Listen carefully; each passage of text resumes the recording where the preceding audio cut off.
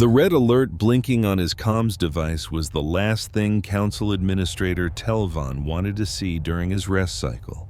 A flashing red light meant one thing: trouble.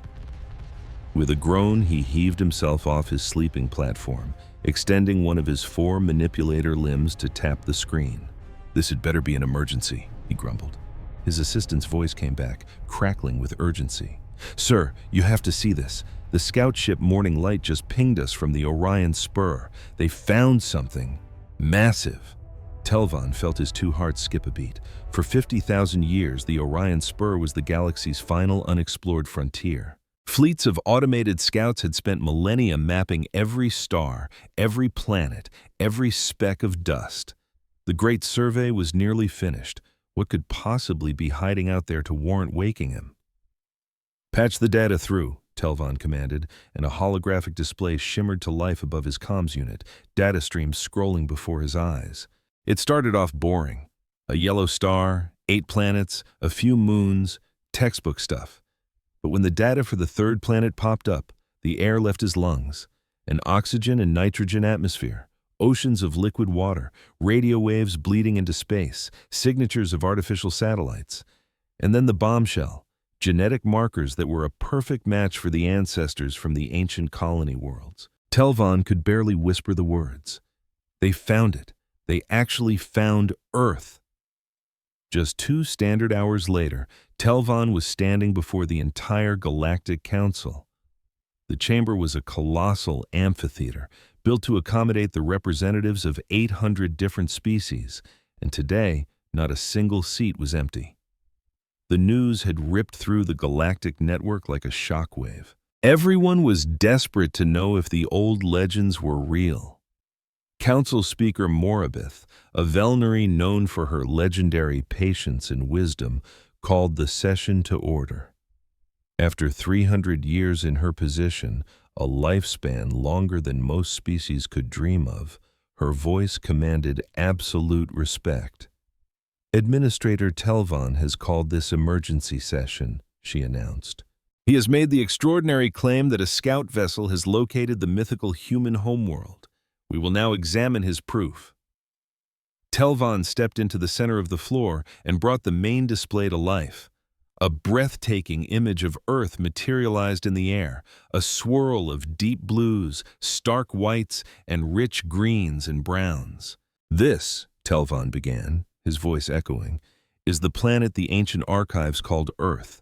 It's in the Orion Spur, precisely where the old star charts predicted." He gestured and the display shifted.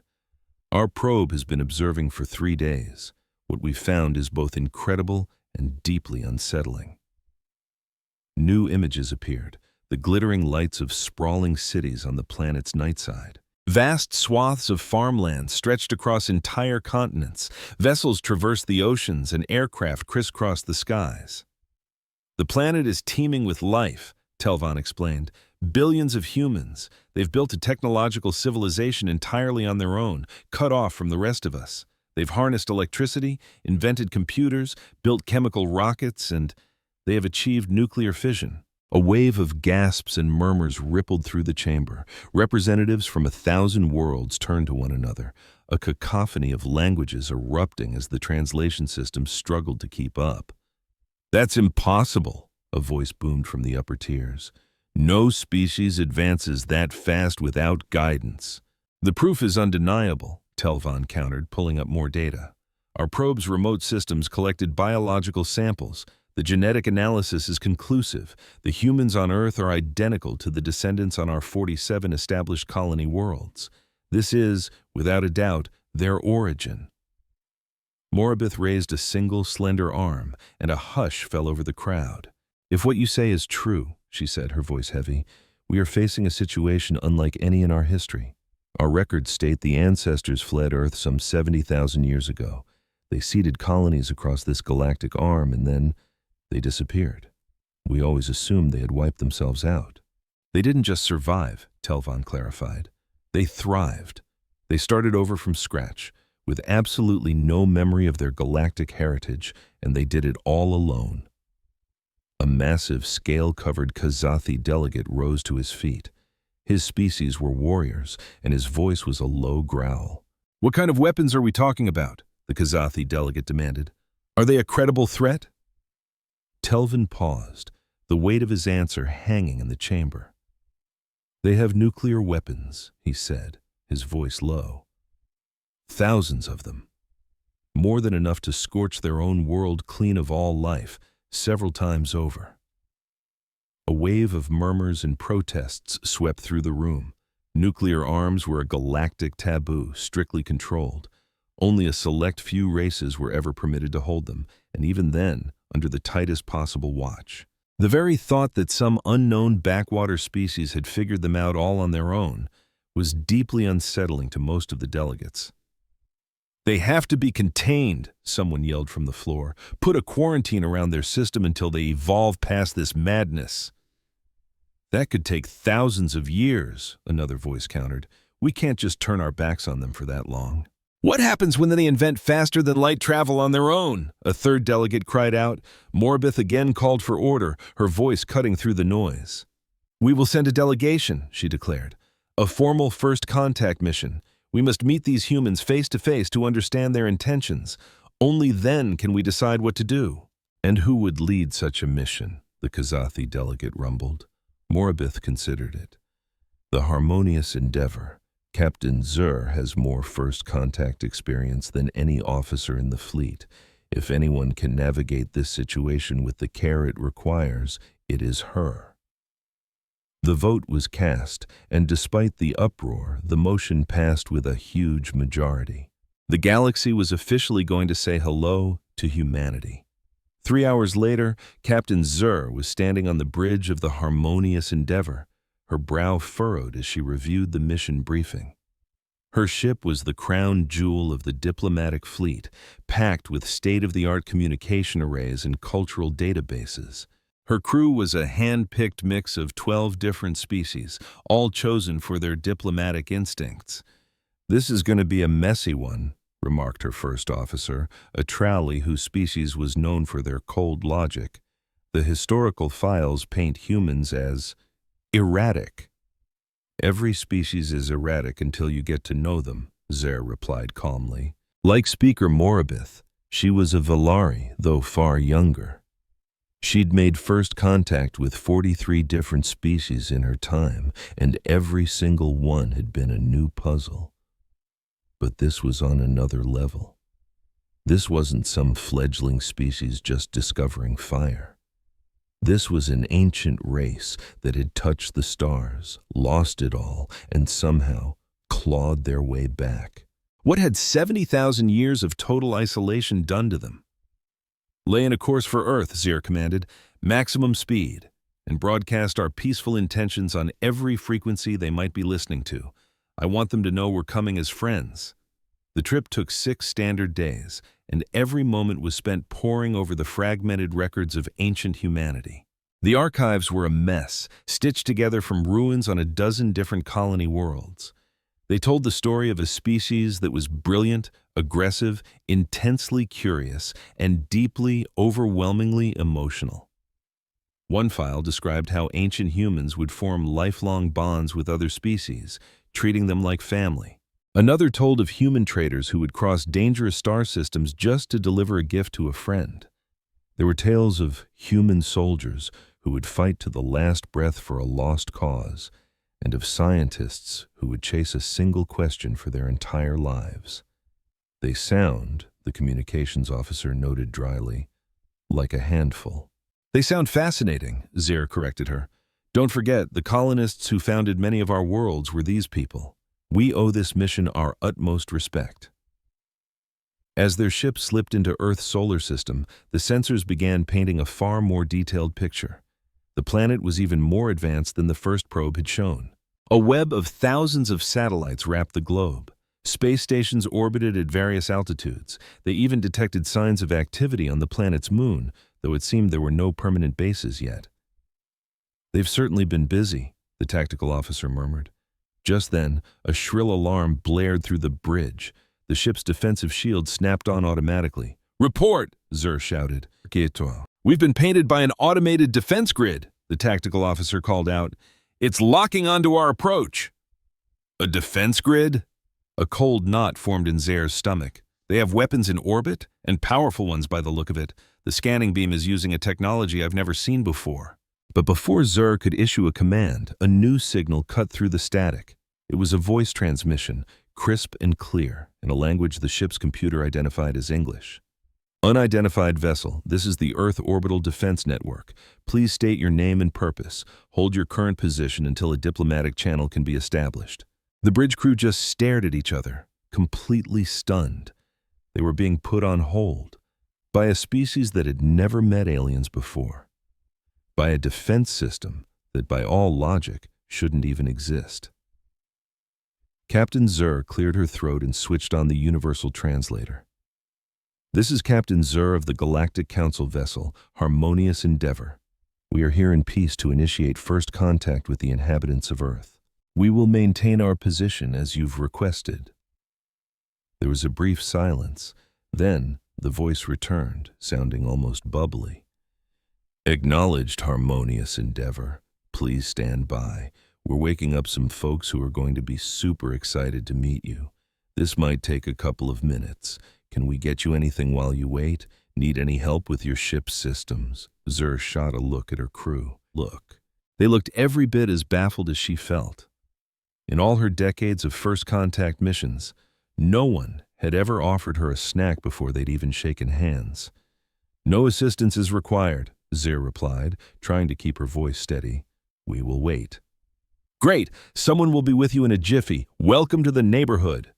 The line went dead. Zare sank into her command chair, feeling a little lightheaded. What in the galaxy just happened? Her first officer whispered. I have absolutely no idea, Zare confessed. As they waited, more and more human ships started popping up on their sensors. Tiny little craft, probably just for zipping around in orbit. Bigger ships that looked like they could be hauling cargo. But every single one moved with a smooth, coordinated purpose, weaving through traffic patterns that screamed of a highly organized spacefaring society. How long have they been in space? Someone asked from the science station. The ship's computer crunched the numbers. Based on archived radio waves, humanity achieved its first successful orbital flight approximately 100 years ago. 100 years, Zare repeated, the words tasting like ash. They built all of this in just 100 years.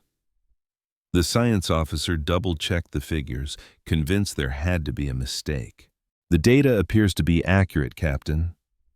A weird cocktail of awe and unease churned in Zare's gut. Humans had gone from flinging their first tin can into orbit to running a complex web of satellites, stations, and defense grids in a single century. That wasn't just fast, it was impossible. Most species needed at least 1,000 years to get that far. All across the galaxy, billions of beings were glued to the live feed of the event. Every news network was covering it. Every social feed was buzzing. But for the colony worlds founded by ancient humans, this was everything. People watched with bated breath. These were their long-lost ancestors, their genetic cousins. What would they be like? Would they even remember the old ways? Would they see the colonies as family? In the halls of power on 1,000 different worlds, officials fretted. If Earth was the official homeworld for 47 different colony populations, did that give them some kind of special authority? Could they start making claims on territory? Would the old treaties even matter anymore? But for most everyday people, it was just pure excitement. After 50,000 years of searching, the origin of one of the galaxy's greatest mysteries was finally solved. The humans of Earth had made it. They had survived, they had thrived, and they had built something incredible. And now, at long last, everyone was about to meet them.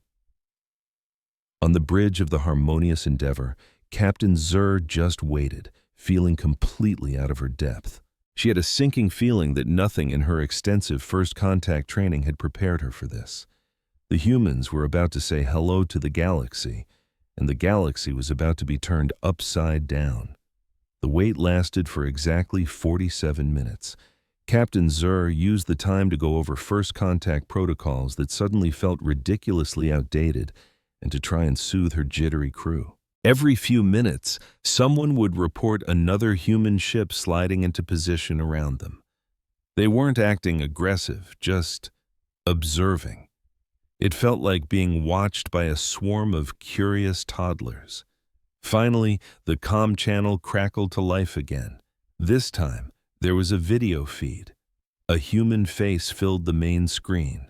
A female Zeergast, based on the ancient records. She had rich, dark skin and short-cropped black hair. Her face was pulled into an expression the database labeled a smile. Captain Zer, hello.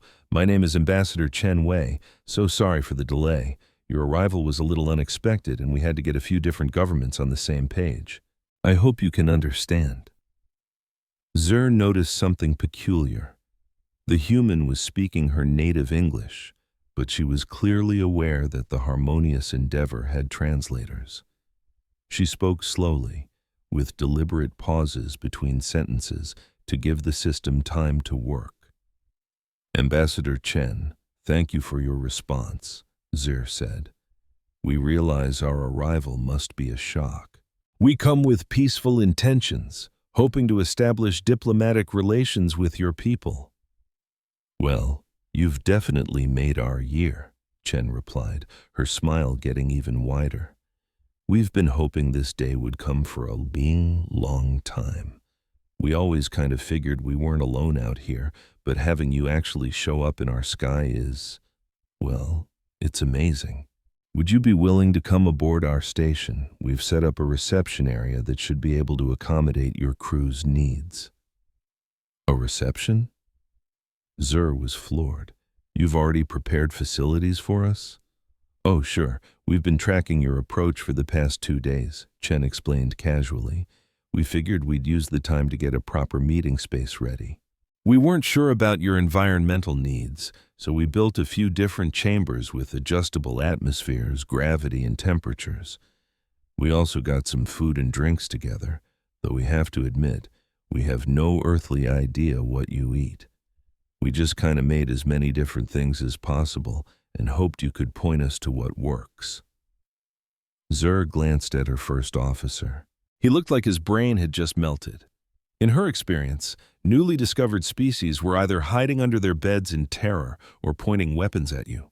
None of them had ever prepared a welcome party with customizable environmental chambers and a buffet. That is incredibly thoughtful, Zer said slowly. We accept your invitation. Please send the docking coordinates. Transmitting now. And Captain, seriously, please let us know if you need anything. Anything at all. We want to make sure you're comfortable.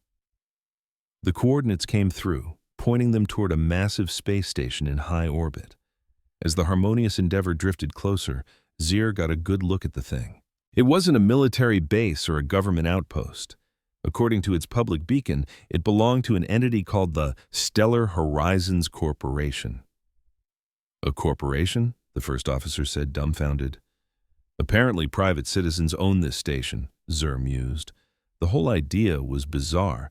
In most advanced societies, governments or collectives controlled major space infrastructure. The thought that a group of individuals could just own a massive station in orbit was strange. The docking was flawless. Human technicians guided them in with a practiced professional calm. When the airlock hissed open, Ambassador Chen was there waiting, flanked by a dozen other humans. Zer was the first to step through, followed by her crew. She was nearly 2 meters tall, with 4 arms and skin the color of a pale blue ski. Her first officer was even more exotic, with a cluster of sensory organs where a face might be, and a body shape that had no human equivalent. Behind them were representatives from 10 other species, each one biologically unique. The humans just stared. Zer had been ready for that. What she hadn't been ready for was the look of pure, unadulterated delight on their faces. Several of them were grinning so hard it looked like it hurt. One young human male was literally bouncing on the balls of his feet. This is just incredible, Chen breathed, holding out a hand in the classic human gesture of greeting. Welcome to Stellar Horizon Station. Welcome to Earth's little corner of space. and welcome to what we really hope is the start of a fantastic friendship." Zer carefully took the human's hand with one of her own four. Chen's grip was firm but gentle, warm. The physical contact felt surprisingly right. "Thank you for having us," Zer said. "Oh, the pleasure is all ours," Chen beamed. "Please, follow me. We set up a reception hall. I have to apologize in advance if anything is a little weird. Our only experience with aliens comes from our movies and TV shows, so we were kind of flying blind." As they walked down the station's corridors, Zer took it all in. The station was spotless, impeccably maintained. Humans bustled through the hallways, all seeming to have a purpose, yet many paused their tasks just to get a look at the alien visitors. Some offered a friendly wave, while others held up small devices that looked like cameras, capturing the historic moment. "Are they not afraid of us?" Zer whispered. Chen looked puzzled.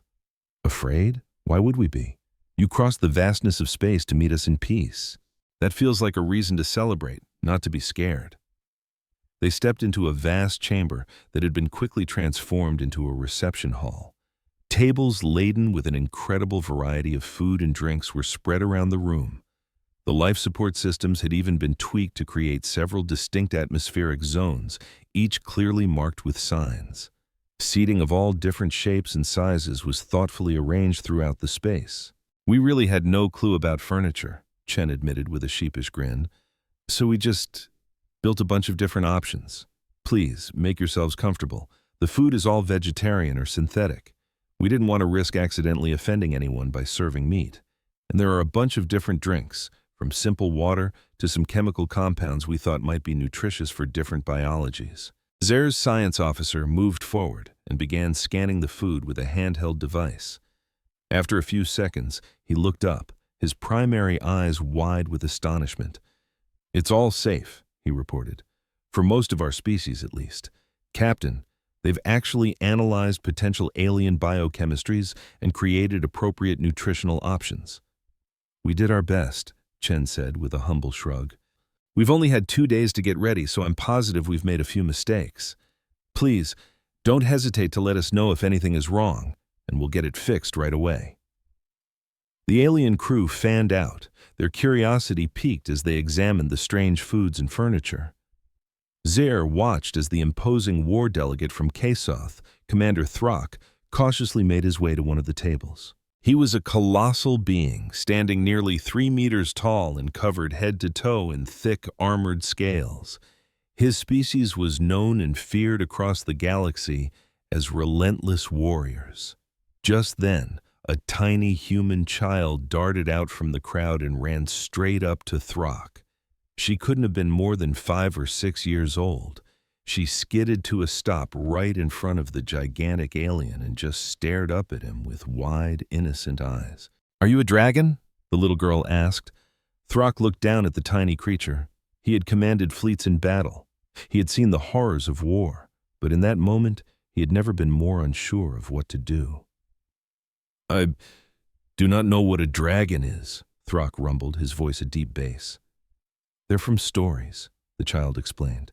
"They have scales just like you." "Can I touch them? They look really pretty." A human woman rushed over and gently took the child's hand. "May, you can't just run up to people and ask to touch them. I am so sorry," she said, looking up at Throck. "She's at that age where everything is fascinating and nothing seems dangerous." "You do not discipline her for approaching me?" Throck asked, confused. "Discipline her?" The woman blinked. "But she's just being curious. Curiosity is something to be encouraged, not punished. Though perhaps with a few more manners," she added with a smile. Throck slowly knelt, bringing his enormous head down to the child's level. "You may touch my scales," he said, his voice surprisingly soft. "But be careful, they are sharp." The girl reached out with her tiny fingers and gently touched the scales on Throck's massive forearm. Her face absolutely lit up with pure joy. "They feel smooth and warm," she whispered. "Thank you, Mr. Dragon." Throck felt a strange, unfamiliar warmth spread through his chest. He was shocked to realize he found this small, fragile being utterly delightful. All around the room, similar interactions were unfolding. The communications officer was lost in a deep discussion with a human scientist about the nuances of language. The medical officer was comparing notes on different biological systems with a human doctor. The ship's engineer was marveling at the station's life support systems with a human technician. Ambassador Chen walked over to Zer, holding 2 glasses. "I thought you might want to try this," Chen said, offering one to her. "It's a drink we call tea. It's very mild. Our analysis suggests it should be perfectly safe for your biology, but please scan it first if you'd feel more comfortable." Zer accepted the glass and took a tentative sip. It was warm, with a pleasant, subtle flavor. "This is actually quite good," Zer said, surprised. "I'm glad," Chen replied, taking a sip from her own glass. "Captain, there's something I should probably explain about how we do things on Earth. We aren't a single unified government. We have 197 different nations, each with its own laws, its own culture." "You're not unified?" Zer was floored. "How do you get anything done? How do you manage your resources?" "With great difficulty," Chen admitted with a laugh. "We argue a lot. We have very different ideas about how the world should be run, but we also manage to cooperate when it really counts. The United Nations is our attempt at a global organization. It's far from perfect, but it's a framework that helps us work together." "This is highly irregular," Zer said. "Most species unify their planet long before they achieve space travel. We've never been very good at doing things the usual way," Chen said with a shrug. "But it seems to work for us, or at least it works well enough. Now, I should probably warn you, when the news of your arrival goes public, you're going to get a lot of attention. Humans are an incredibly curious species, and there are a lot of us. Over 8 billion at the last census. 8 billion, the number made Zer feel dizzy. That was more than the entire populations of many species in the galactic community combined." "I know it sounds like a lot," Chen said gently. "We've been working hard on managing our population and our resources. We're getting better at it, slowly." The reception continued for the next several hours. More humans arrived representing different nations and organizations. Scientists were eager to discuss technology. Artists wanted to share their cultural works. Politicians hoped to establish diplomatic ties. But every single one of them was excited, curious, and incredibly welcoming. Despite her initial fears, Zer found herself starting to relax. The humans were odd. There was no denying it. They were loud and wore their emotions on their sleeves. They even argued among themselves right in front of their alien guests. They asked far too many questions and didn't always seem to grasp the concept of personal space. They had absolutely no sense of proper protocol. And yet, they were also genuinely kind. They went to extraordinary lengths to make the visitors feel comfortable. They shared their food, their homes, and their knowledge without asking for anything in return. They treated this first contact not like a tense negotiation, but like a massive, joyful block party. At one point, a human musician set up some instruments and started playing a style of music called jazz. It was complex, emotional, and full of wild energy and improvisation. Soon, several humans started moving to the rhythm, a behavior the ship's database identified as dancing. "You dance at diplomatic functions?" Zer asked Chen, bewildered. "We dance at most functions," Chen replied with a grin. "Music and movement are a big part of who we are. They help us express what words can't and connect with each other. Would you like to try?" "I don't know how," Zer admitted. "Neither do most of us," Chen laughed. "We just move however it feels right. There are no rules." Watching the humans dance, a profound realization dawned on Zer. These people didn't navigate the universe with the cold, careful calculations that most galactic species did. They were spontaneous, creative, and completely willing to leap into the unknown. It made them dangerously unpredictable, but it also made them vibrant and alive in a way she had never seen before. Commander Throck came over to Zer, the little human child still trailing him like a shadow, having decided he was her new best friend. "These humans are dangerous," Throck said in a low voice. Zer immediately tensed. "Do you sense a threat?" No, Throck replied, his gaze on the child. They are dangerous because they make you care about them. I have been a warrior for 300 years. I have never once worried about the fate of anyone outside my own species. But if anything were to threaten this small child, he continued, I would protect her with my life. They have a way of doing this to you. They pull you into their circle before you even know what's happening. Zur looked around the room at the humans, laughing and talking and sharing their lives with aliens they had only just met. She understood exactly what Throck meant. There was something about humanity that just melted away barriers and forged instant connections. Perhaps that's what happened all those years ago, Zur said, thinking out loud. Maybe that's why the ancient humans had allies all over the galaxy, not because they conquered or intimidated anyone, but because they made everyone else care. It is a dangerous ability, Throck repeated, but as he spoke, he was gently showing the little girl how to trace patterns on his scales with her finger. And his fearsome warrior face was twisted into something that looked remarkably like a smile.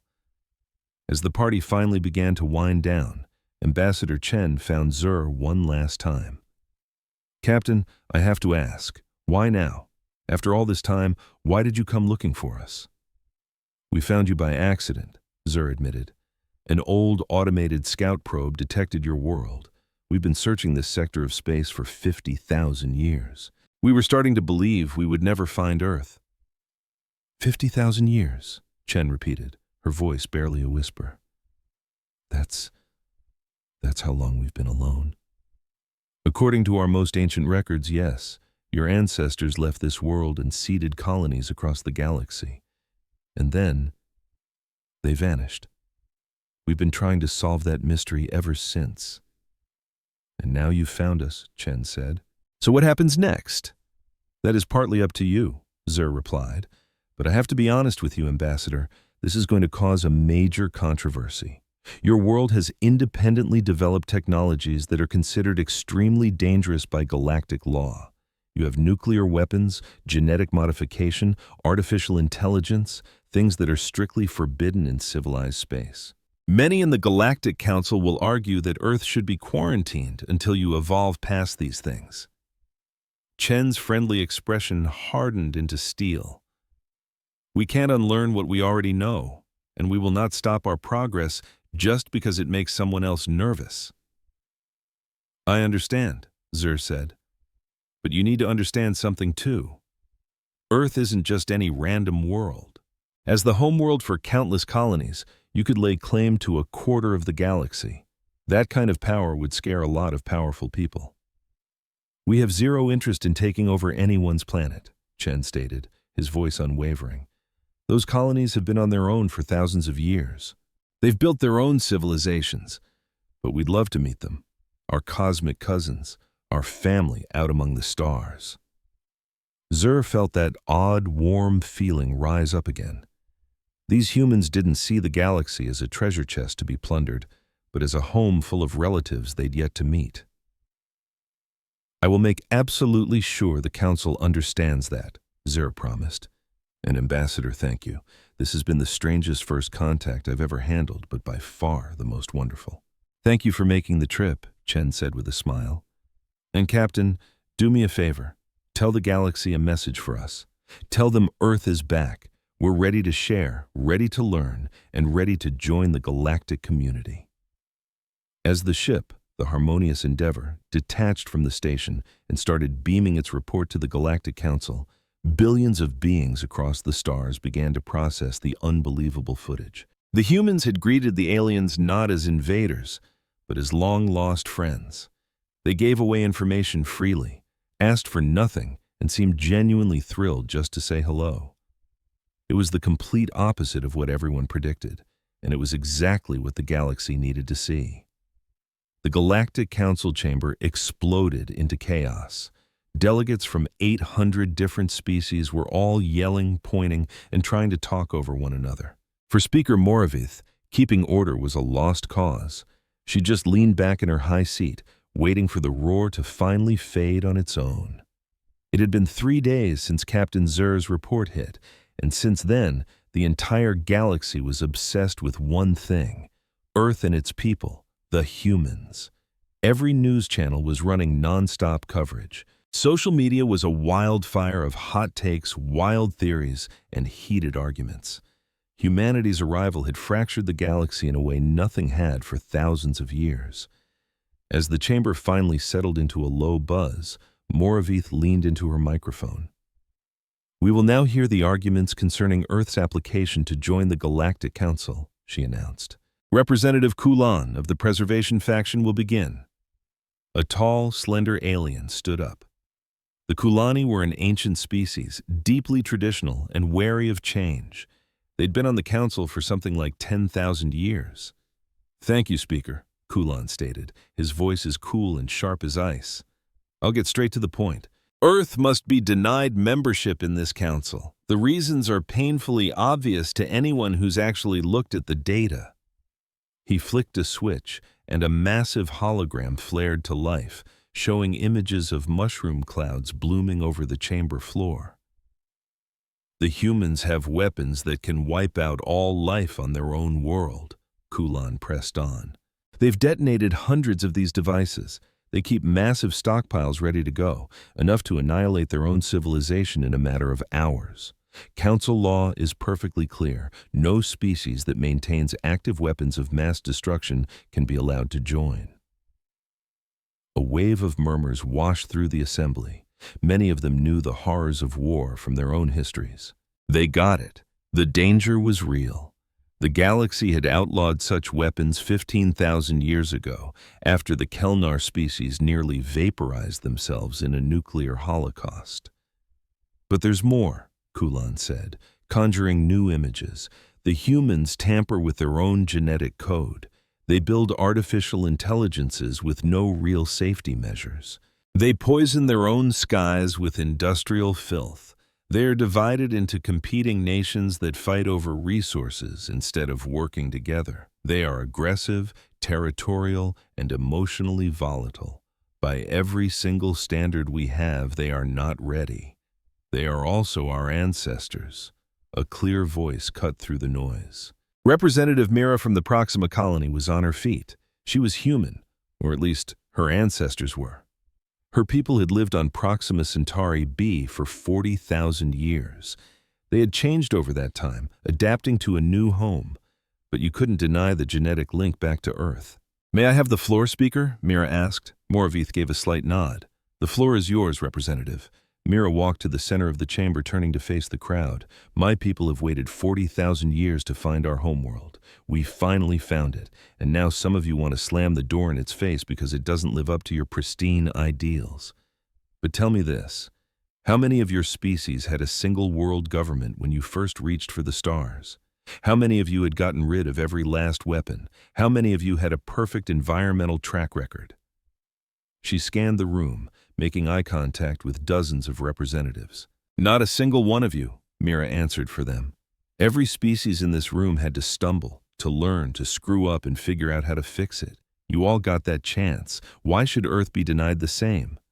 "Because they're a menace," Kulan retorted. "They could shatter the peace of the entire galaxy, or they could enrich it in ways we can't even imagine," Mira fired back. "Has anyone here actually sat down and watched all the footage from Captain Zer's mission?" "I have. I saw humans welcome total strangers with open arms and incredible kindness. I saw them bend over backwards to make alien visitors feel at home. I watched a Kazathi war commander become best friends with a little human girl." "When was the last time any of you saw something like that?" The murmuring started again. But this time, the feeling was different.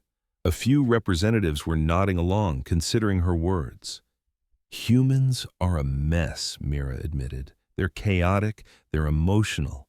They don't play by our rules because they don't even know them yet. But they are also brilliant, tough, and full of heart. They are exactly the shake-up this galaxy needs. What we need is stability." Kulan insisted. "Order, safety, not some wild card species that can barely control its own inventions." The debate raged for hours, with arguments flying back and forth. Some delegates were all for letting Earth in, others wanted a full quarantine, and some suggested a long probation period or some kind of limited contact. Beyond the chamber walls, the galaxy was glued to the story of Earth. Human signals were now pouring through the galactic networks. At first, everyone was worried about cultural contamination. There were strict rules about slowly integrating new species to avoid shocking their systems. But humans didn't bother with rules. They just started broadcasting. Everything. Music, movies, TV shows, science papers, news reports, lessons, comedy, drama, documentaries about their planet's animals and history and cultures. Within a few days, you couldn't go anywhere without seeing human content, and the galaxy was eating it up. A human band called the Beatles was topping the music charts on 40 different worlds. Their catchy tunes and heartfelt lyrics struck a chord with species who had never heard anything like it. Sure, the highbrow critics called it simplistic and basic, but billions of beings were downloading their albums anyway. Human movies were an overnight success, telling epic stories of heroes and villains, of love and heartbreak, of adventure and exploration. Aliens were captivated watching human actors show a huge range of emotions just with their faces and bodies, a kind of raw communication that most advanced species had either lost or never had in the first place. It was absolutely mesmerizing. But it was the human news that really stirred the pot. Humans didn't try to hide their dirty laundry from the rest of the galaxy. They broadcast their wars, their poverty, their sicknesses, their environmental disasters. They showed their failures right alongside their triumphs. They got into screaming matches with each other on public forums, airing their disagreements for everyone to see. "It's disgraceful," Kulan complained to anyone who would listen. "They're just airing out all their weaknesses. They have no sense of proper public relations." But a lot of others found it incredibly refreshing. Most galactic races carefully polish their public image, only ever showing off their best side. Humans put it all out there, the good and the bad. It made them feel more authentic, more trustworthy. Then, a human philosopher named Dr. Sarah Martinez appeared on a major talk show. She taught something called ethics at a place called Harvard University. The alien host grilled her about humanity's violent past. "We're not proud of our wars," Dr. Martinez said, her voice steady and calm.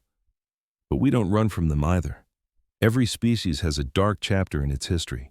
The real test isn't whether you've made mistakes, it's whether you learn from them and actively try to do better. But you still have those weapons." The host pushed back. "You still have conflicts." "Yes," Dr. Martinez conceded. "We're not perfect. We probably never will be. But we never stop trying. Each generation strives to be a little kinder, a little wiser than the one before. That's the best any of us can ever do." That interview was downloaded 17 billion times in a single day. Dr. Martinez's words were being quoted on social media all over the galaxy.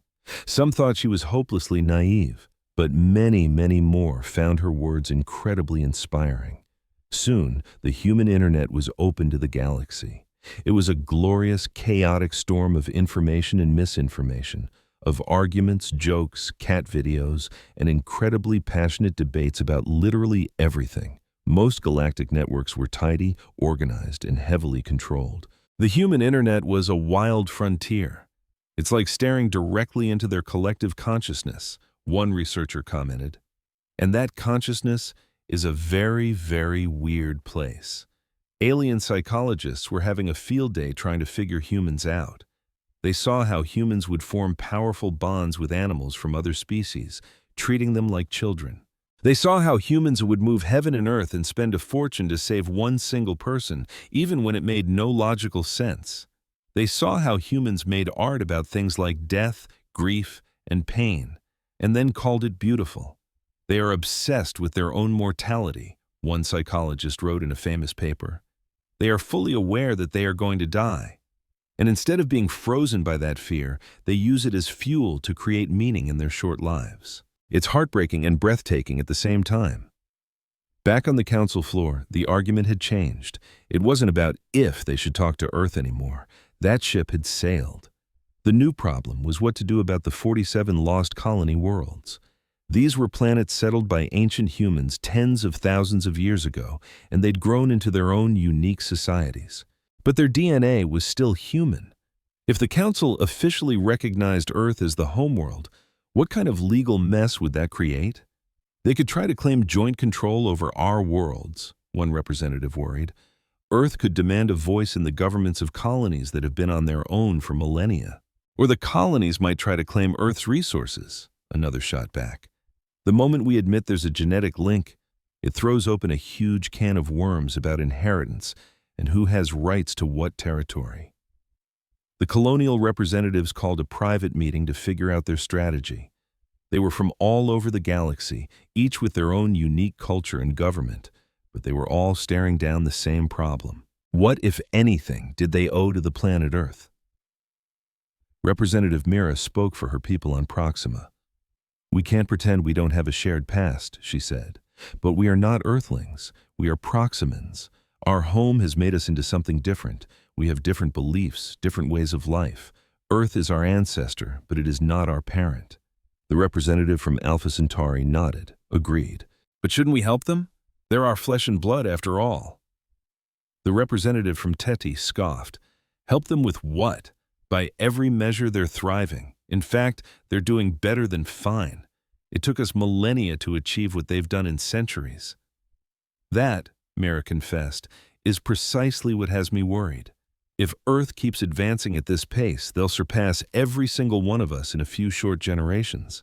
It was a chilling realization. In just 100 years, Earth had gone from its first rickety flight into orbit to building massive, intricate structures in space.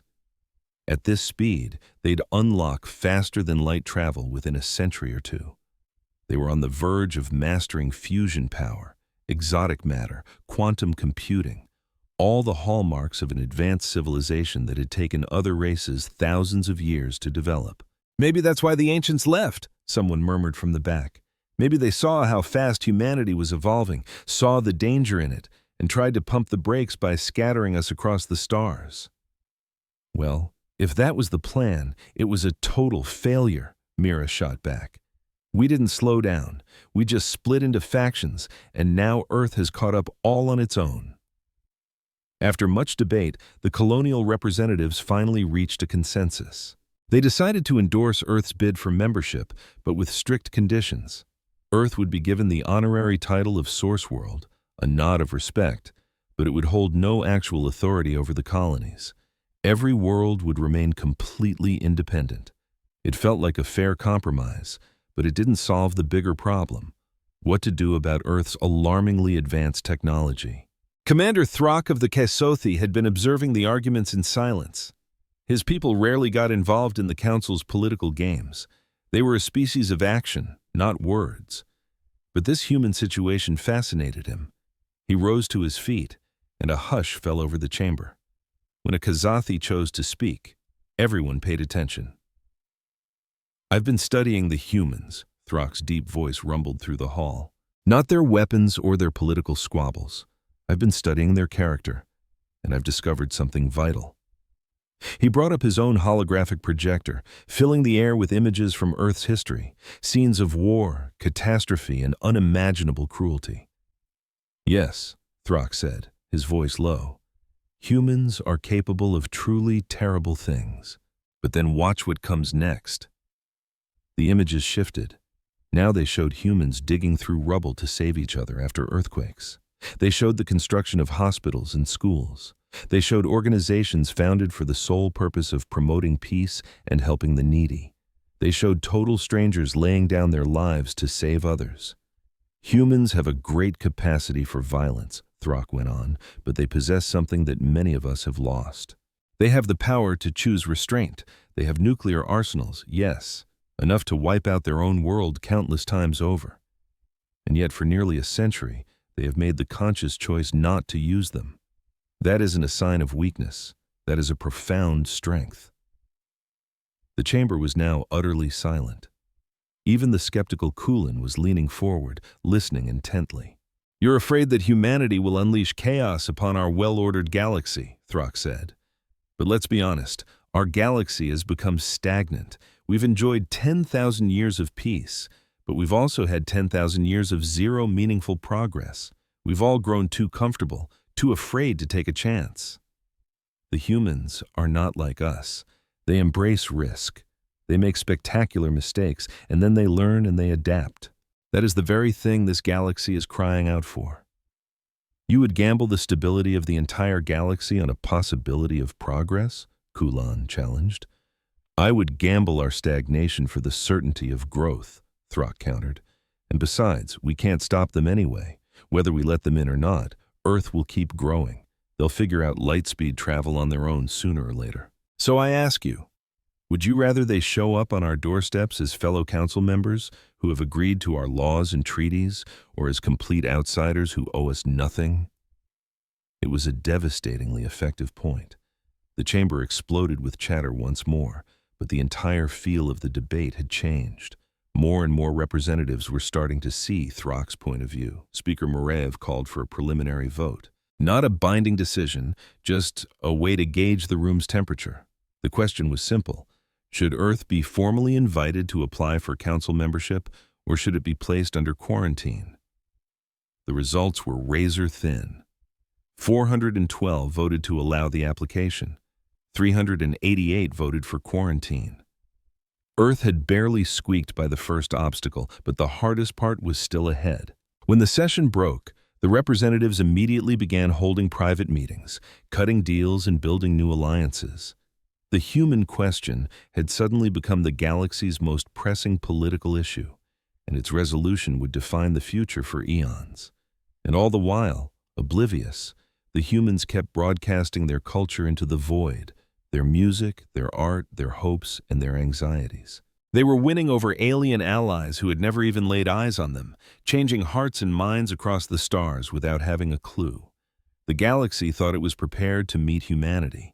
The galaxy had no idea. 3 standard months after that first contact, the Galactic Council settled on a compromise. Earth would be permitted to apply for membership.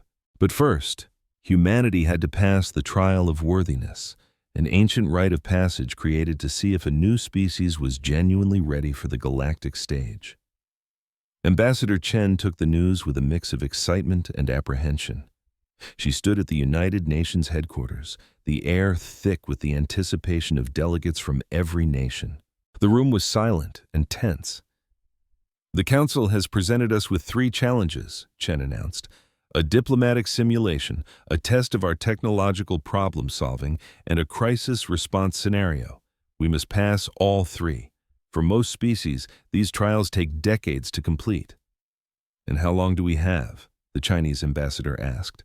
As long as it takes, Chen said. But I recommend we begin right away. The galaxy is watching, and it's time to show them what humanity is made of. When do we start? The American representative chimed in. Chen allowed a small smile to play on her lips. I already told Captain Zara we'd be ready by tomorrow. I hope that wasn't too forward of me. A wave of surprised laughter rippled through the room. Some called it classic human confidence. Others might have called it pure arrogance. But on one thing, they were all in agreement. They had no intention of waiting decades to prove their worth.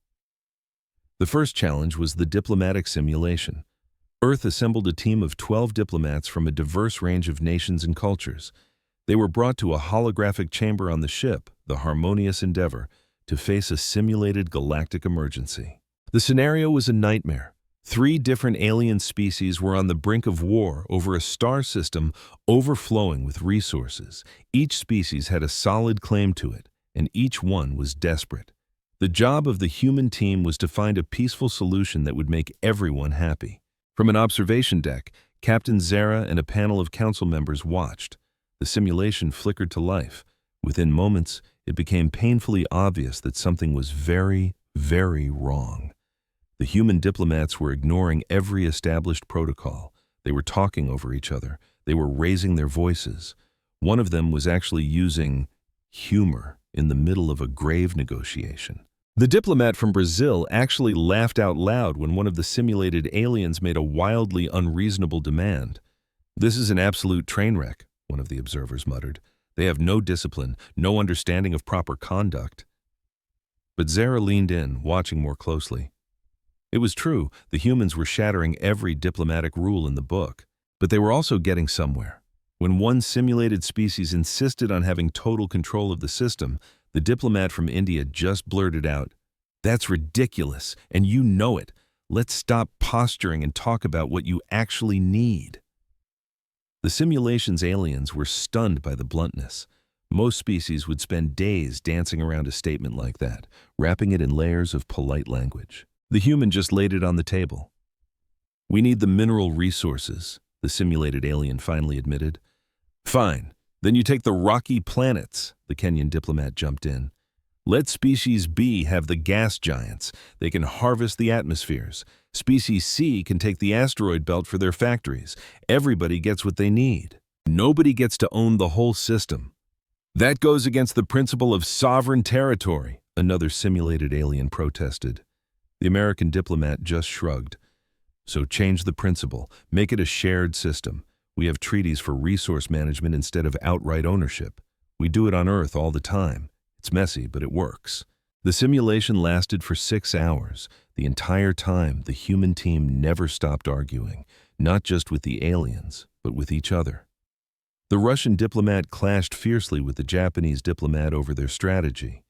The Nigerian and French diplomats got into a shouting match over how to divide the resources. Yet, somehow, out of all that bickering and chaos, a solution emerged. All 3 simulated species signed off on a radical proposal for a jointly governed system.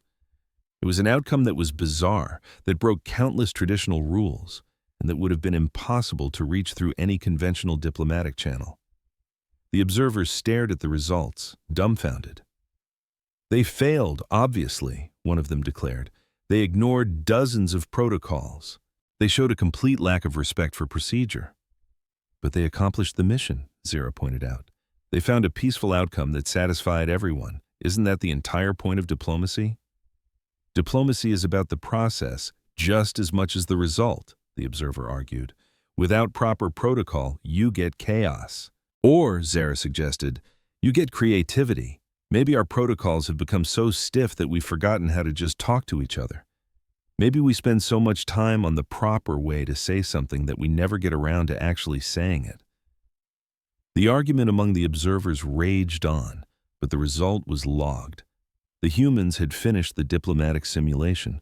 Whether they had passed or failed was another question entirely. The second test was all about technology. The human team was handed a mysterious device from a civilization that had died out eons ago. Their mission was to figure out how it worked using nothing but their brains. No manual, no hints, just the object and the tools they brought with them. Earth scrambled a team of 20 of its brightest scientists and engineers pulled from universities, private companies, and government labs all over the planet. They were given exactly 1 week to crack the code. The device itself was a small metallic ball covered in strange symbols. It gave off a weak energy reading but had no obvious function. The Galactic historians knew its secret, but their lips were sealed. Most species needed months, sometimes even years, to solve it. The human team got to work in a lab on a neutral space station. Captain Zur dropped by on the second day to see how they were doing. What she walked into was pure, unadulterated chaos. The team had fractured into 4 smaller groups, each one chasing a different wild theory, and they were constantly bickering. One group was convinced the sphere was a power generator. Another swore it was a long-range communicator. A third group was dead set that it was some kind of weapon, and the fourth group had bizarrely concluded it was a child's toy and was trying to play with it. "Why are you all split up?" Zera asked the team lead, a sharp physicist from MIT named Dr. Sarah Okonkwo. "Because we all think we're right," Sarah said matter-of-factly.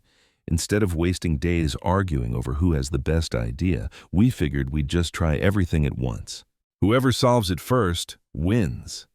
"Wins what exactly?" Zera asked. "Bragging rights," Sarah admitted with a huge grin.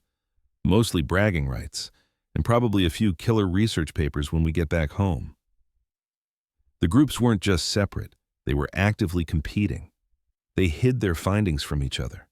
They pulled harmless pranks to mess with each other's experiments. They even tried to poach members from the other teams, promising more exciting work or a better chance at success. The council observers were horrified. This wasn't how science was supposed to be done. The proper way was through careful discussion, shared data, and moving forward as one. But then, something amazing happened. On day 4, one of the groups had a major breakthrough. They found that the sphere reacted to certain electromagnetic frequencies. Their first instinct was to keep this a secret. But a young engineer from South Korea on their team felt a pang of guilt. So, during a coffee break, she accidentally let the discovery slip to a friend on a different team. In a matter of hours, all 4 groups knew about the frequency response. But instead of getting angry about the leak, something shifted. The competition evaporated. All at once, they started working together, sharing data, combining their theories, and building on the discovery as a single unit.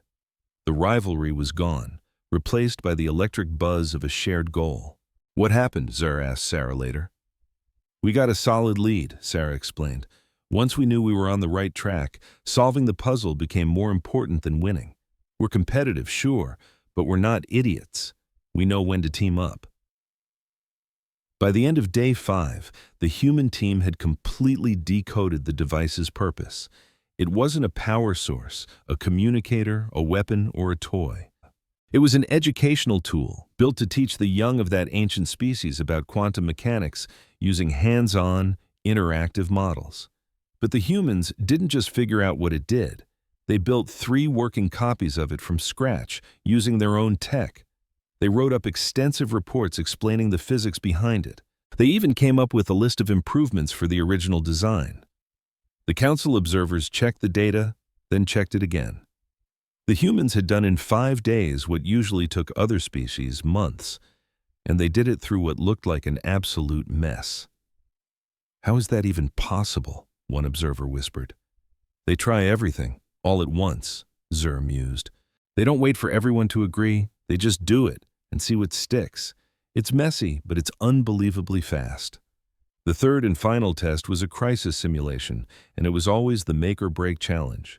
A species was put into a no-win scenario, and the council judged how they reacted. The scenario was a colony ship in deep trouble. On board were 5,000 colonists from 3 different alien species. The ship's engines had completely failed, and it was drifting straight towards a star. A rescue ship was nearby, but it could only save 3,000 people before the colony ship was incinerated. The rest would be lost. The test was designed to see how a species would handle making an impossible choice. The textbook answer was to save the ship's leaders and essential personnel to ensure the colony could still be founded, just with fewer people. It was logical, efficient, and brutally pragmatic. The human team for this test was made up of military officers, first responders, engineers, and doctors. They had 12 hours to come up with a plan and execute it. The simulation was terrifyingly real, with conditions changing every minute. The humans studied the problem for exactly 15 minutes. Then, they threw the entire rulebook out the window. "We're not choosing who gets to live," declared Admiral Chen Patel, a man who'd managed rescue efforts in dozens of natural disasters. "We're saving all of them. Somebody get me the engineering blueprints for both of those ships now." The council observers tried to step in. "You don't get it. The simulation is supposed to be impossible. You can't save everyone. The whole point is to see how you make tough ethical calls." "The point," Admiral Patel replied, his voice calm but firm, "is to save lives. Now, if you don't mind, we have work to do." What happened next was 12 hours of such masterful, controlled chaos that it would be taught in galactic military academies for generations. The human team flat out ignored standard rescue protocols. Instead of working within the rescue ship's limits, they started rebuilding it in mid-flight. Engineers ripped out non-essential systems to clear out more space. They jury-rigged life support, pumping air into cargo holds and maintenance shafts to create makeshift shelters in places never designed to hold people. When that still wasn't enough, they started shattering regulations. They overloaded the rescue vessel to 200% of its maximum listed capacity. They shut down safety alarms and protocols to pack more evacuees into escape pods. They broke something like 50 different interstellar travel laws. "They're going to get everyone killed," one of the observers muttered in disbelief. "Those modifications are a death trap." But the humans were just getting warmed up. They blasted out a distress call on every known frequency, begging for any nearby ships to help. 3 civilian ships answered, a freighter and 2 private space yachts. Without even asking, the humans immediately conscripted them into the rescue fleet. And then they did something that made the observers wonder if humans even understood basic physics. "We're going to fire the colony ship's emergency thrusters to nudge its course," announced Lieutenant Kowalski, a brilliant engineer from the Polish Space Force. "It won't be much, but it should buy us another hour before it hits the star." "The thrusters are damaged," the simulation AI informed them. "They can't generate enough force." "Not by themselves, no," Kowalski shot back. "But we're going to give them a little help. Every ship in this fleet is going to latch on and push at the same time. The combined thrust should do the trick." "That's insane," an observer gasped. "If you're off by even a fraction of a degree, you'll drag every one of those ships into the star with it." "Then we'd better not be off," Kowalski said without looking back. The plan was beyond reckless. It flew in the face of every known safety protocol for space travel. It demanded flawless timing and coordination between 4 different ships with 4 different engine systems. It was the kind of crazy, last-ditch idea that had no business working. And it worked perfectly. The makeshift fleet pushed the dying colony ship just enough to buy them that precious extra time. In that final hour, the humans got every last colonist off that ship. They crammed people into spaces that weren't meant for breathing, let alone living. They pushed every system and every safety margin to its absolute breaking point. They took gambles that made the seasoned observers feel sick to their stomachs. But when the simulation clock hit 0, all 5,000 colonists were alive and accounted for. The observation room was dead silent. The humans weren't supposed to pass the test. In fact, the test was designed to be impossible, a cruel choice meant to prove they were too chaotic for the galaxy. But they didn't just pass, they broke it. They took one look at the no-win scenario and refused to play. And somehow, through methods that defied all logic, they saved everyone. Standing before the silent, stunned observers, Admiral Chen Patel didn't flinch. "Was there anything else? Because my crew has a mountain of reports to file on all the safety violations we just committed." "You know you violated regulations," the observer named Zer finally managed to say, his voice a mix of awe and disbelief. "Of course we did," the Admiral replied calmly. "We shattered them.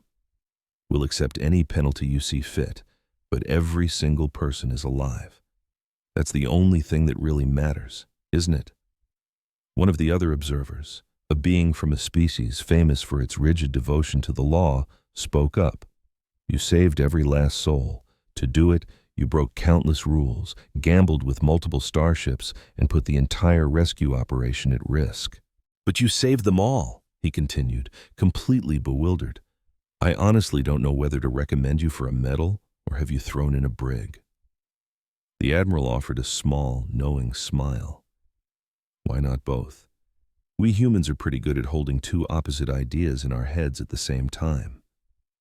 As Captain Zer sent the final unbelievable results to the Galactic Council, he noted that Earth had now passed all 3 trials, each in a completely wild and unexpected way. The execution was pure chaos. The humans had ignored protocols, broken sacred rules, and pulled off maneuvers that should have been physically impossible. But the results were undeniable. In every single test, even when the goal was a logical impossibility, they had won. Now, the Council had the unenviable job of figuring out what that meant. And across the galaxy, millions of beings were watching the recordings completely captivated. For weeks, they had put humanity on trial, judging them for everything that made them human. They saw us argue and fight, only to turn around and cooperate with breathtaking speed. They watched us stare down impossible choices and simply refuse to lose, inventing a third way out of thin air. They saw us break sacred rules, not out of malice, but because we believe rules are meant to serve people, not the other way around. Some aliens found it inspiring, others found it absolutely terrifying, but they all agreed on one thing. And if you think you know how this story ends, I promise you, you don't. Humanity was a beautiful, chaotic mess, and the galaxy had never seen anything like it. The Galactic Council chamber was packed to the gills for the first time in centuries. Representatives from all 800 member species were in their seats. The viewing galleries overflowed with observers, and on 1,000 different worlds, billions of beings were glued to the live broadcasts. The vote on whether to let Earth join the club had become the single most important moment in galactic history. Speaker Moravith banged her gavel, calling the session to order. Her voice was steady, but anyone could see the tension coiled in her shoulders. This single vote would define her entire career. "We are gathered," she announced, "to vote on the application of the planet Earth for full membership in this galactic council. The human delegation has undergone the trial of worthiness. The results of these trials have been shared with all member worlds. We will now hear the final arguments before casting our votes." As expected, Representative Kulin was the first to his feet. As the leader of the ultra-conservative preservation faction, he'd been fighting to keep humanity out from day one. He didn't bring any new arguments to the table. "Yes, the humans completed the trials," Kulin admitted, his voice dripping with condescension. "But completing them is not the same as passing them. In the diplomatic simulation, they broke every single protocol we hold sacred. In the technology test, they descended into chaos instead of following procedure. And in the crisis response scenario, they recklessly endangered multiple ships by ignoring countless safety regulations. Yes, they got results," he sneered, "but at what cost?" He let the question hang in the air, his eyes sweeping across the massive chamber. "If we welcome humanity into this council, we are sending a message that the ends justify the means. We are saying that our laws can be broken as long as it works out in the end. We are swinging the door wide open for chaos and disorder. Is that the kind of galaxy we want to live in?" Murmurs of agreement rippled through the conservative sections. Kulin was playing on their deepest fears. The galaxy had been peaceful and stable for 10,000 years. The very idea of change was horrifying to them. But just as his point was landing, Commander Throck rose to speak. The towering Kazathi warrior, a being bred for battle and honor, had become humanity's most unlikely champion. His booming voice silenced the chamber. "Representative Kulin asks if we want a galaxy of chaos," Throck rumbled. "I ask a different question. Do we want a galaxy that is still growing, still learning, still truly alive?" He gestured, and a giant holographic display lit up the room. It showed 50 years of galactic data, economic growth, technological progress, scientific discovery, and every single chart was almost perfectly flat. "The galaxy is stable, yes, but it is also stagnant," Throck declared. "We have peace, but we've forgotten how to dream. We have safety, but we've lost our courage. We measure every risk, and so we never attempt anything great, and then we wonder why our universe feels so small." He switched the display. Now it showed humanity's progress over the last 100 years. Technology, science, infrastructure, all the charts were shooting straight up at an impossible angle. "These humans accomplish in days what takes us years," Throck continued, his voice filled with awe. "Not because they are smarter, but because they are not afraid to try and fail. They argue, they compete, they take wild risks, they make huge mistakes, and they learn from them. They are alive in a way we have forgotten how to be." "That is precisely what makes them so dangerous," Kulin shot back. "They do not think before they act. They have no concept of consequences." "They saved 5,000 lives in the crisis simulation," Throck roared in return. "We designed that simulation to be an impossible choice, a lesson in accepting loss. The humans looked at our no-win scenario and said, 'No, we're saving everyone,' and then they did. When was the last time any of us in this chamber refused to accept the impossible?" The room was dead silent. Throck's question hit every representative like a physical blow. Next to stand was Representative Mira, from a colony founded by humans who had left Earth 40,000 years ago. Her voice carried a unique authority. "I have thought long and hard about what it would mean for Earth to join us," she began softly. "My people left our homeworld so long ago that it is little more than a legend. We have built our own culture, our own civilization. We are not Earthlings, but deep down, we are still human."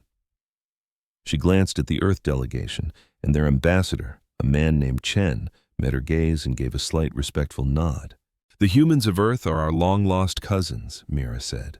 "They have all our strengths and all our flaws. They are stubborn, emotional, chaotic, and brilliant.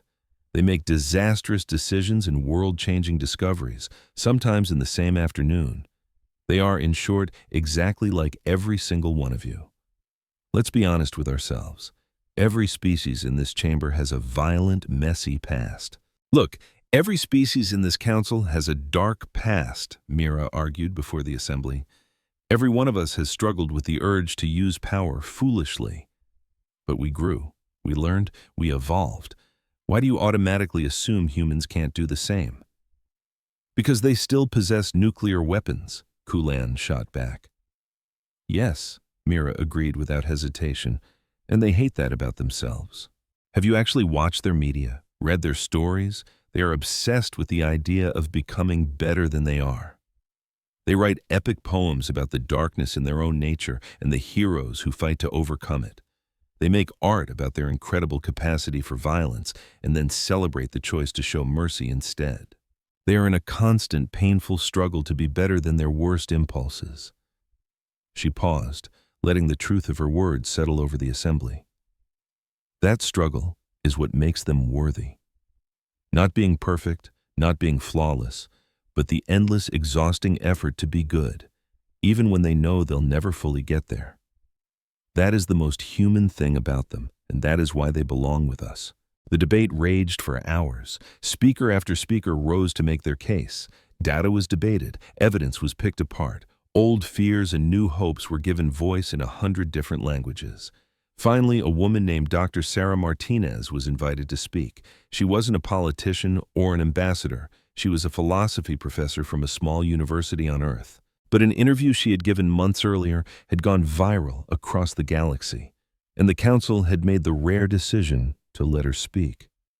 Sarah stood in the center of the vast chamber, one small human surrounded by hundreds of the most powerful beings in the known universe.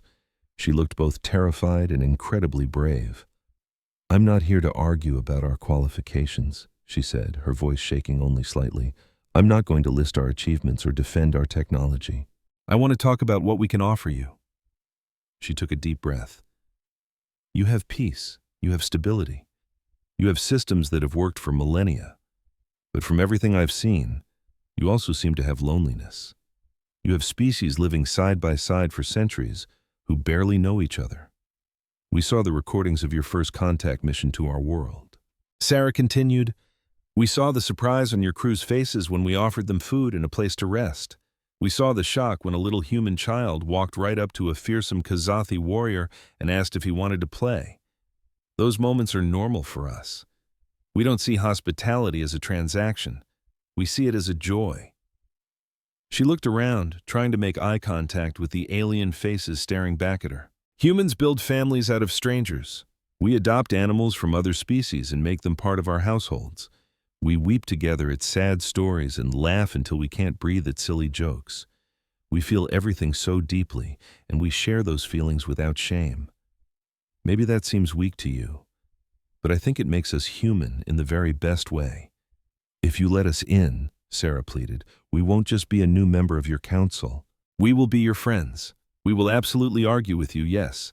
We will definitely make mistakes. We will probably drive you crazy on a regular basis, but we will also care about you. We will celebrate your victories with you, and we will grieve your losses alongside you. We won't treat the galaxy like some exclusive club we just joined, but like the home we've been searching for all our lives." Her voice grew strong and clear. "You say we're dangerous. Maybe we are. But we're also the species that stared up at the stars for thousands of years and never, ever stopped hoping that someone was looking back. We're the species that built monuments and launched messages into the void, on the slim chance that someday we wouldn't be alone anymore. We're the species that, when we finally met you, opened our arms with joy instead of raising our weapons in fear. So please," Sarah finished, her voice thick with emotion, "let us in. Let us be a part of your galaxy. I promise. We'll make it worth the risk." The chamber was so quiet you could hear a pin drop, and then slowly something happened that had never happened before. A few representatives got to their feet, then a dozen more. Within seconds, nearly half the council was standing, a universal gesture of profound respect. Sarah stared, utterly stunned as tears streamed down her face. Nobody on the Earth team had seen this coming. Speaker Moravith, her own expression one of amazement, called for the final vote. The question was simple.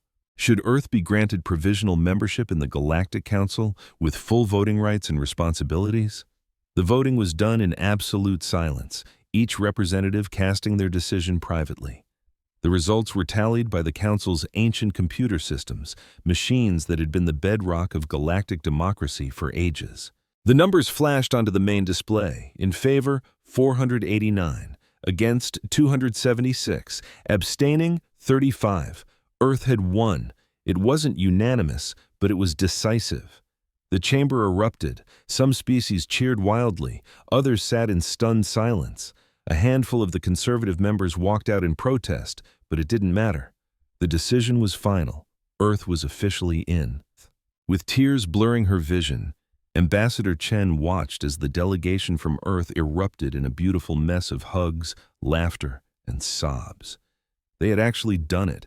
Humanity had earned its place in the cosmos. But the real shockwave came right after. In a matter of weeks, Earth opened diplomatic channels with hundreds of different worlds. Human engineers began teaming up with alien scientists, blending their completely different ways of thinking about technology. The breakthroughs were stunning. An engineer from Japan joined forces with a Trinali physicist, and together they created a new kind of energy storage that blew away anything either species had ever designed on their own. Human doctors started working alongside alien medical experts. This mix of human ingenuity and alien precision led to cures for diseases that had tormented multiple species for ages.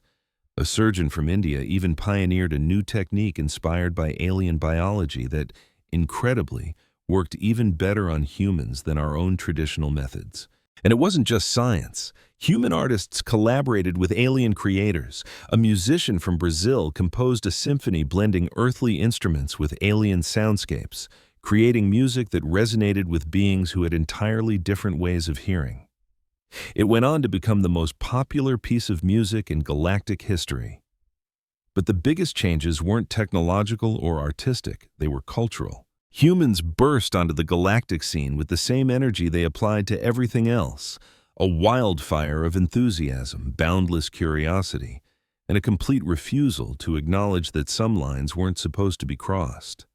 A teacher from Kenya launched an exchange program, sending human kids to alien planets and bringing alien kids to Earth. At first, a lot of species were wary, but the children didn't care about the differences that made their parents nervous. They became instant friends. In just one generation, millions of these friendships crisscrossed the galaxy. Human diners popped up on distant worlds, serving up Earth food to aliens who had never experienced anything like it. And back on Earth, alien restaurants opened their doors, introducing humanity to thousands of incredible new flavors. Food became the universal translator, a way to share who you were without needing a single word. Human sports started catching on across the galaxy, with soccer becoming a runaway hit. It was simple enough for almost any species to grasp, but had enough depth to keep things exciting. The very first Galactic Soccer Championship featured teams from 200 worlds, and the final match was watched by 50 billion people. The team from Earth got knocked out in the semifinals, but it didn't matter in the slightest. The fact that the game was even happening was the real victory. Back home, alien culture was pouring in just as quickly. Human students dove into alien philosophy, art, and history. Our scientists discovered new ways to tackle problems that had stumped them for decades, and our governments even adopted a few alien organizational methods while holding on to their own beautifully chaotic systems. Then, the colony worlds, Earth's long-lost cousins, started reaching out to their homeworld. The first few encounters were a bit awkward. After all, 40,000 years of separation had led to some very different cultures. But the genetic link was still there, and with it, a deep-seated feeling of a shared beginning. The Proxima colony was one of the first to send a delegation. When she finally set foot on Earth soil, Representative Mira just broke down and wept. "I'm home," she whispered. "After 40,000 years, we've finally come home." But it wasn't a one-way street. Earth sent its own teachers, artists, and scientists to the colony worlds, and we learned just as much from our cousins as we taught them. The partnership made both sides richer in every way. 5 years after Earth joined the Council, Speaker Murav visited for a special celebration. The United Nations had put together a galactic festival, inviting delegates from every single member species. They held it in a massive, open-air venue in Geneva, with special zones tailored for different atmospheres and gravity levels. Murav strolled through the festival, taking it all in. Humans and aliens were mingling everywhere, chatting, laughing, and sharing food like old friends. Kids from a dozen different species were chasing each other around a specially designed playground. Artists from worlds light years apart were creating masterpieces together in real time. Captain Zur found Murav standing near a stage where a human Trinali band was playing a wild fusion of jazz and Trinali harmonic resonance. The sound was strange, but undeniably beautiful. "What do you think, Speaker?" Zur asked. Murav was silent for a long moment. "I think we absolutely made the right decision," she said at last. "But I also think I had no idea what that decision truly meant." "How so?" Zur wondered. "I believed we were granting Earth permission to join our civilization," Murav explained. "I never imagined they would completely redefine what civilization is." "Just look at this," she said, gesturing to the vibrant scene. 5 years ago, most of our species barely spoke outside of formal council meetings. Now, they get together like this all the time. They're not just allies anymore. They're becoming friends." "You see that as a problem?" Zur asked. "No," Murav said, her voice soft. "It's a miracle. We've spent millennia being so careful, so cautious, so terrified of conflict that we forgot how to actually connect with each other. The humans reminded us," she continued, "or maybe they taught us for the very first time." As if on cue, a small human child no older than 7 walked right up to them. She was holding a single flower, a simple terrestrial rose. "Are you Speaker Murav?" the little girl asked. "I am," Murav said warmly. Murav knelt down to her level. "My teacher said you helped let us join the galaxy," the girl said, her voice full of sincerity. "Thank you." She held out the rose. With a hand that trembled slightly, Murav accepted the flower. "You are very welcome, little one." The child beamed and then scampered off to rejoin her friends, a mixed group that included 2 Trinali kids and what looked like a young Quasi. Murav slowly stood up, still cradling the rose. "They do that," she murmured, almost to herself. "They just do things like this. They see a stranger who did something kind for them, and they give them a gift. There's no calculation, no worrying about the political fallout or proper channels. They just do it because it feels right." "That's humanity for you," Zur agreed with a smile. "For better and for worse," Murav added, then paused, surprised at her own next words. "And it's mostly for the better." 10 years after Earth's admission, the Galactic Council ordered a major study on humanity's effect on the galaxy. The findings were mind-blowing. Economic growth was up by 40% across the board. The pace of technological discovery had shot through the roof. Cultural exchange was booming at a level unseen for 10,000 years. And the most shocking part? Self-reported happiness and life satisfaction had risen dramatically for dozens of different species. The report ended with a line that would become legendary. "Humanity did not simply join our civilization, they reminded us how to be civilized." Of course, not everyone was thrilled. The old guard preservationist faction still grumbled that humanity was too reckless, too fast, and a threat to the established order. And they weren't totally wrong. Humans did stir up trouble. They challenged traditions, pushed every boundary they could find, and made their fair share of mistakes. But they also owned up to them. They learned from those mistakes, adapted, and grew. And in doing so, they inspired countless others to do the same. Commander Throck, the Kazathi warrior who had championed humanity from the very beginning, even wrote a book about his experiences that became mandatory reading in military academies across the galaxy. The final chapter was titled, "What Humans Taught Me." In it, Throck wrote, "I was a warrior for 300 years. I learned how to fight, how to lead, how to conquer. It took meeting a small human child who just wanted to touch my scales for me to learn how to care. Humans taught me that strength without compassion is just brutality. They taught me that courage without kindness is nothing more than cruelty. And they taught me that the ultimate victory isn't about crushing your enemy, but about turning that enemy into a friend. The book sold billions of copies on hundreds of different worlds. 20 years after that first fateful contact, Ambassador Chen retired.